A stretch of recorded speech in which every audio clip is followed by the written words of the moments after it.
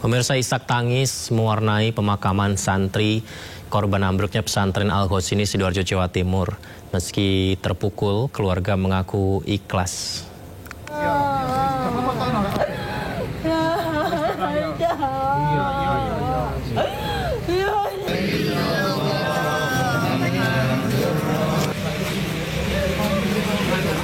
Ibunda santri Daul Milal tidak kuasa menahan tangis saat proses serah terima jenazah putranya usai teridentifikasi.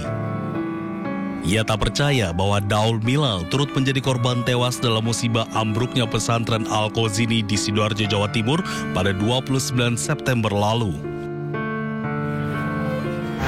Milal lagi nuntut ilmu, cari ilmu, terus senior dari teman-temannya waktu sholat, insya syahid. Meski terpukul, keluarga Daul Milal mengaku telah ikhlas dan meyakini putranya meninggal dalam keadaan syahid. Duka juga menyelimuti keluarga Abdul Fattah. Jenazah anak berumur 18 tahun itu dibawa ke kampung halamannya usai diserahkan oleh pihak rumah sakit Bayangkara.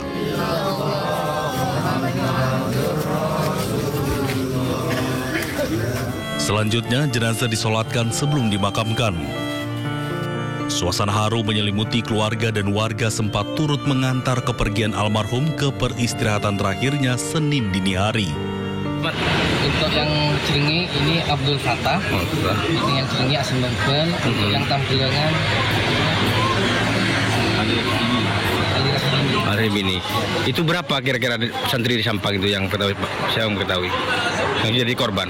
Untuk yang Sampang menurut informasi nih ya, kita belum valid, itu yang korban itu ada 7. Ada 7, termasuk yang kemarin yang Najibah. Total semua Pak WBD mungkin tahu santri? Untuk yang teridentifikasi itu ada 2. Untuk yang sekarang, yang di Cilenyi sama yang tampil. Almarhum Abdul Fattah, salah satu remaja yang menjadi korban meninggal dunia akibat reruntuhan bangunan di Pondok Pesantren Al-Ghazini, Kecamatan Buduran, Kabupaten Sidoarjo, Jawa Timur. Dari Jawa Timur, Tim Liputan iNews melaporkan.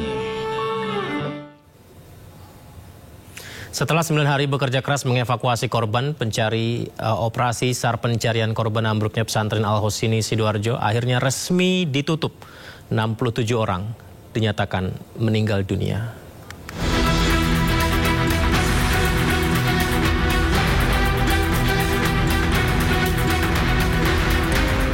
Setelah 9 hari bekerja mencari korban ambruknya pesantren Al-Ghazini di Sidoarjo, operasi SAR akhirnya resmi ditutup.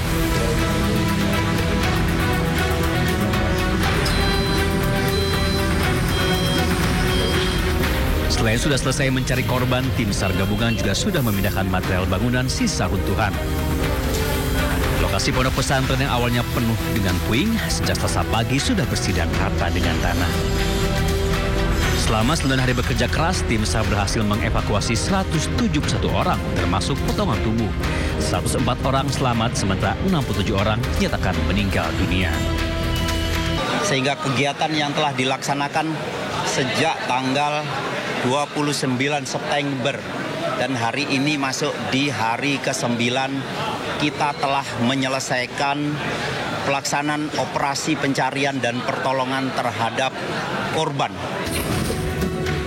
Terkait ambruknya Ponpes Al-Ghazini, Menteri Pekerjaan Umum Republik Indonesia Dodi Hanggono akan berkoordinasi dengan pihak terkait untuk melihat izin dari Ponpes tersebut. Nah, itu nanti kita akan koordinasi dengan PBG itu sendiri, karena kewenangannya dari Pemda. Jadi kita mesti koordinasi dengan Kementerian Dalam Negeri dan Kementerian Agama.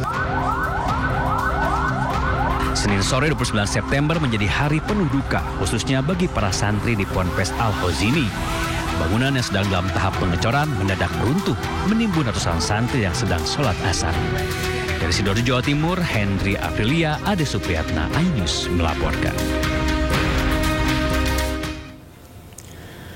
Keluarga santri Pondok Pesantren Al-Ghazini mendukung penuh upaya proses hukum yang dilanjutkan Polda Jawa Timur terkait tragedi robohnya bangunan musola yang menewaskan 67 santri. Salah satu wali santri menyatakan proses hukum harus ditegakkan dan meminta polisi untuk menjalankan sesuai prosedur proses hukum. Meski dirinya tidak langsung mengambil jalur hukum dan menyerahkan semuanya kepada Polda Jawa Timur. Polisi memastikan proses hukum tetap dilakukan, namun menunggu semua proses identifikasi jenazah selesai. Hingga saat ini proses identifikasi jenazah di Polda Jawa Timur masih berlangsung. Saya tekankan kalau ini ada pelanggaran hukum di situ, adalah kelalaian manusia, dia harus diproses siapapun itu, tidak memandang itu status sosial siapa. Selain ada yang mendukung ditegakkannya proses hukum, ternyata ada juga pihak keluarga korban yang memutuskan tidak akan melayangkan gugatan hukum terhadap pihak pondok pesantren. Salah satunya adalah keluarga Saiful Rosi Abdillah. Saiful Rosi Abdillah usianya 15 tahun, santri yang selamat dari tragedi, namun terpaksa kakinya diamputasi, pemirsa. Meski demikian, keluarga Rosi menyatakan ikhlas dengan yang dialami putranya, dengan insiden yang hampir merenggut nyawa.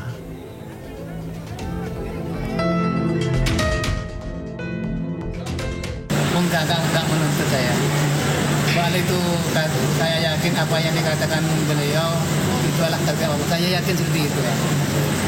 Jadi artinya dengan musibah ini sudah ikhlas ya Pak ya? Ikhlas ya, ikhlas. Pemirsa, masih terkait Ponpes Al-Khossini, Menteri Pekerjaan Umum Dodi Hanggodo masih belum mau berbicara soal izin mendirikan bangunan, persyaratan dan juga legalitasnya dari pondok pesantren tersebut. Sebelumnya Dodi sempat menyatakan hanya 50 pesantren di Indonesia yang mengantongi izin persetujuan bangunan gedung.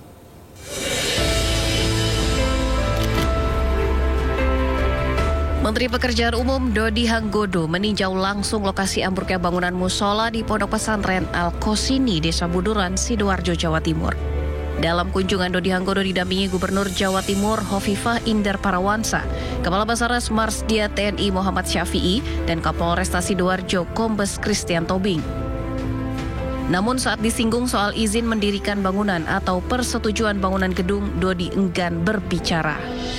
Dodi hanya mengatakan bahwa pemerintah saat ini masih fokus penuh pada proses pencarian dan penyelamatan korban. Ia juga menegaskan bahwa pihak Kementerian PUPR akan mulai melakukan langkah teknis dan evaluasi bangunan setelah proses evakuasi tuntas dilakukan.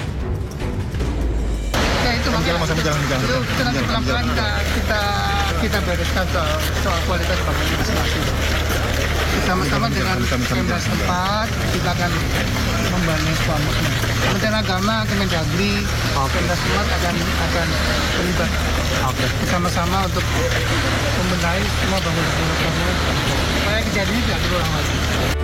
Sebelumnya, Menteri PU Dodi Hanggodo menyebut hanya 50 pesantren di Indonesia yang mengantongi persetujuan bangunan gedung atau PBG. Oleh karena itu, untuk mencegah kejadian di Sidoarjo tak terulang, Dodi minta Ponpes harus memiliki PBG. Yang terikot di sistem PBG kita hanya 51. 51 yang nggak berizin dari 42 ribu. Oh, yang berizin cuma 51 dari ribuan itu, Pak. Pondok pesantren yang belum berizin, sambil kita bantu mereka untuk mengurus izinnya. Ya mungkin karena tadi itu pesantren itu kan selalu dari santri untuk santri ya, jadi mungkin mereka menganggap nggak perlu izin. Padahal izin itu cukup meyakinkan bahwa yang dibangun itu sesuai normanya, kualitas kolom, kualitas struktur dan seterusnya. Kira-kira dalam waktu 2 bulan, 3 bulan atau even kurang bisa terobos segala macam, dan misalnya yang berusaha sudah lanjut.